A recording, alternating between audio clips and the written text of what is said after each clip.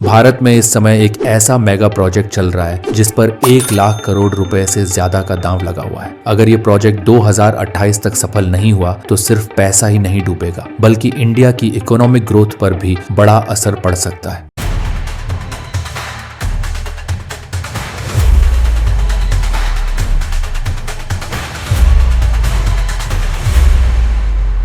हम बात कर रहे हैं दिल्ली मुंबई एक्सप्रेसवे की, लेकिन सवाल ये है जब ये इंडिया का सबसे एम्बिशियस हाईवे प्रोजेक्ट है तो फिर रिस्क कहाँ है, आइए समझते हैं। दिल्ली मुंबई एक्सप्रेसवे लगभग 1386 किलोमीटर लंबा 8 लेन का एक्सेस कंट्रोल्ड हाईवे है जो दिल्ली को मुंबई से जोड़ेगा। सरकार का दावा है कि इससे ट्रैवल टाइम 24 घंटे से घटकर सिर्फ 12 घंटे हो जाएगा, लेकिन असली कहानी स्पीड की नहीं है। असली कहानी है इन्वेस्टमेंट, लॉजिस्टिक्स और ग्लोबल ट्रेड की। ये एक्सप्रेसवे सिर्फ रोड नहीं है, ये एक इकोनॉमिक कॉरिडोर है। इसके आसपास प्लान्ड है industrial zones, logistics parks, smart cities और मैन्युफैक्चरिंग क्लस्टर्स। अगर ये कॉरिडोर फुली फंक्शनल हुआ तो नॉर्थ इंडिया से पोर्ट्स तक ट्रांसपोर्ट कॉस्ट 30 से 40% कम हो सकती है। अब इमेजिन कीजिए अगर ये डिले हुआ तो। पहली समस्या, लैंड एक्विजिशन डिलेज। कई हिस्सों में लीगल डिस्प्यूट्स अभी भी पेंडिंग है। दूसरी समस्या, rising construction cost. Steel, cement और फ्यूल प्राइसेस लगातार फ्लक्चुएट कर रहे हैं। तीसरी समस्या, एनवायरमेंटल क्लियरेंस। कुछ सेक्शंस इको सेंसिटिव जोन से गुजरते हैं। और सबसे बड़ा रिस्क है पार्शियल कंप्लीशन।